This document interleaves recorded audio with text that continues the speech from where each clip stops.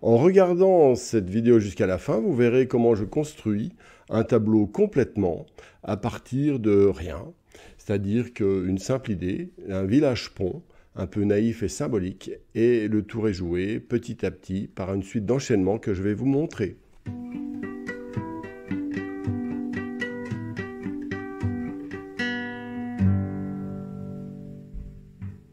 Voilà donc le démarrage, quelques taches de couleur pour indiquer le fond. J'avais évoqué une idée de couleur très, très chaleureuse et quand même assez lumineuse, mais discrète, toujours dans l'esprit du pastel. Et donc, vous voyez au-dessus une sorte d'arc de cercle sur laquelle j'ai commencé à mettre une ou deux maisons sur un fond vert, vert-gris, assez léger. Et ces quelques tâches me permettent de rebondir et d'aller plus loin dans la démarche, dans l'enchaînement créatif, je dirais. Ça, c'est quelque chose d'extrêmement important parce que, en fait, c'est quelque chose d'assez sobre, assez simple. Un arbre en entraîne un autre, une maison une autre. Il va y avoir tout un dialogue entre chacun des objets, puis aussi des couleurs, bien entendu. Donc il y a des petits enchaînements légers qui permettent de faire tel arbre, telle fenêtre, telle porte, voilà ce que je suis en train de faire sur la maison. Et de fil en aiguille, donc j'aurais envie de rajouter dans un détail plus précis, là, un rocher, une pierre, etc. Voilà, ça c'est intéressant. Et je travaille avec un gris pour ne pas trop marquer. Vous avez remarqué, c'est extrêmement léger. C'est un gris qui est sobre, qui permet donc d'indiquer la forme des maisons, d'aller dans le sens de la précision, mais sans exagérer. Si j'avais fait ça avec une pierre noire, par exemple, ça m'aurait tout de suite trop fortement marqué et ça aurait nui aux couleurs.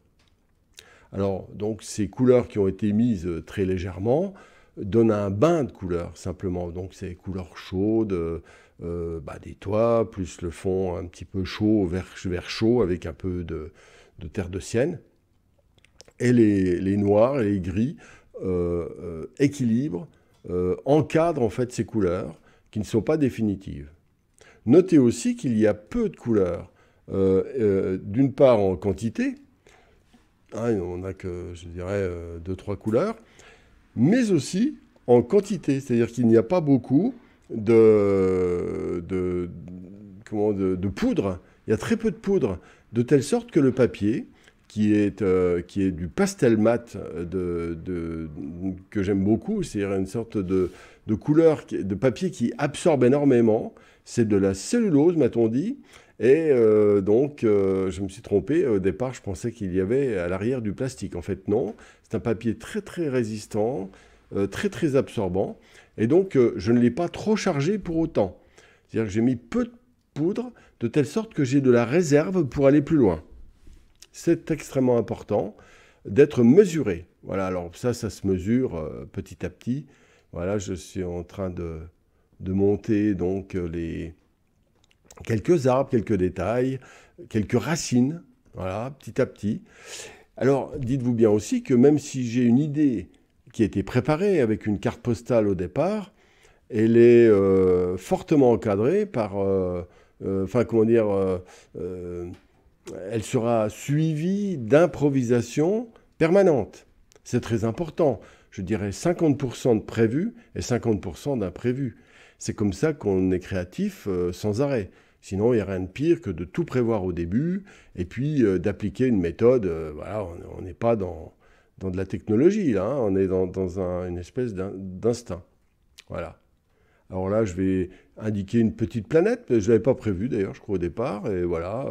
Et toujours pareil, c'est pas du blanc que je prends, c'est un gris clair. Tendre vert.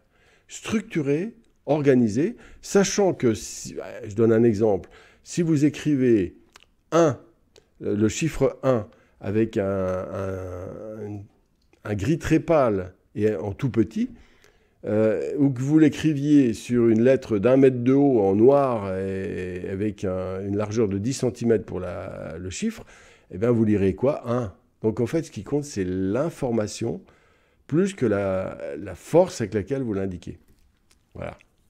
Alors là, vous avez vu, j'ai fait une petite planète jaune. Voilà, on frise le naïf, hein. Moi, j'aime bien varier, m'amuser. Voilà, je pense que la peinture, c'est l'extrême liberté. Donc voilà, j'ai improvisé cette petite touche de jaune qui est la planète. Et là, je fais un arbre bleu. Pourquoi? Comme d'hab, hein, c'est parce que c'est mon bon plaisir. Alors, je travaille souvent au crayon dans ce genre de travaux. Hein, et puis là, j'ai accompagné, je complète avec un pastel Giraud. Voilà. Et de nouveau, alors là maintenant, j'utilise la pierre noire parce que ça se justifie de monter en puissance dans les valeurs. Au démarrage du tableau, utiliser ce noir serait marqué trop fort et nuit à la lisibilité du travail, alors que là, ça complète le travail. Et ça permet de donner le côté un peu austère, nuit, etc., qui s'ajoute à ces couleurs qui seraient sinon un peu trop naïves. Voilà. Alors de plus en plus, je vais utiliser le pastel parce que pour des raisons créatives, c'est plus facile de faire un petit pastel comme ça sur un format 20-30.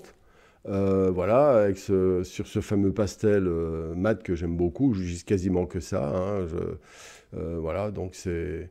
Et parce que, comment dire, si vous travaillez sur le même tableau sur une toile, j'aurais mis 4, 5 fois plus de temps. Alors là, on a une vista immédiate au pastel, on peut travailler en petit, on peut faire ça soit sous forme d'études succinctes, ou alors faire un travail abouti comme ce sera le cas aujourd'hui, ou la plupart du temps, c'est comme ça que je fais pour mes vidéos YouTube. Mais par exemple, quand j'ai fait mon pastel 20/30, eh bien rien ne m'empêche de le refaire en peinture à l'huile sur un format 1 mètre sur 80. Pourquoi?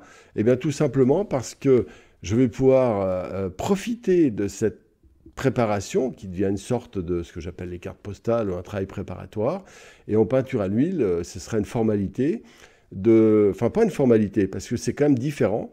J'y ajouterai des effets de matière, il y aura des bifurcations, des ajouts, des transformations bien entendu. Toujours pareil, 50-50, hein. Mais 50% du travail aura déjà été préparé, l'idée, la composition, etc., dans les grandes lignes. Et ça va me permettre de faire ce tableau à l'huile 3 fois plus vite que si je l'avais improvisé comme je suis en train de le faire au pastel. Voilà comment j'articule le pastel et la peinture à l'huile. Voilà, d'ailleurs je suis en train de faire tout un travail, un e-book pour expliquer tout ça.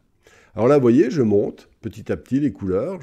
Alors, il y a un moment donné, il faut prendre un axe, c'est ce que j'appelle l'axe de finition, la locomotive de la finition, donc les maisons, le pont est fait à peu près. Et maintenant, autour de ça, je précise, et ça va me donner une indication intéressante pour le fond. Voilà, tout simplement. Alors vous voyez, je prends des tons mesurés, là c'est un rouge ocre gris, voilà, qui permet de trouver un lien coloré avec tout ça. Et le travail au crayon est intéressant. J'aime beaucoup travailler au crayon au pastel parce que voilà, ça permet de structurer fortement. Et la petite signature, vous voyez, cet emboîtement est assez simple finalement. Puis de nouveau, dessin, puis vous pouvez y revenir, c'est jamais fini un tableau, n'est-ce pas? Voilà, alors si vous êtes intéressé par des formations gratuites, eh regardez sous le lien ci-dessous. Et de plus, vous pouvez liker, etc., comme d'habitude. Voilà. Merci.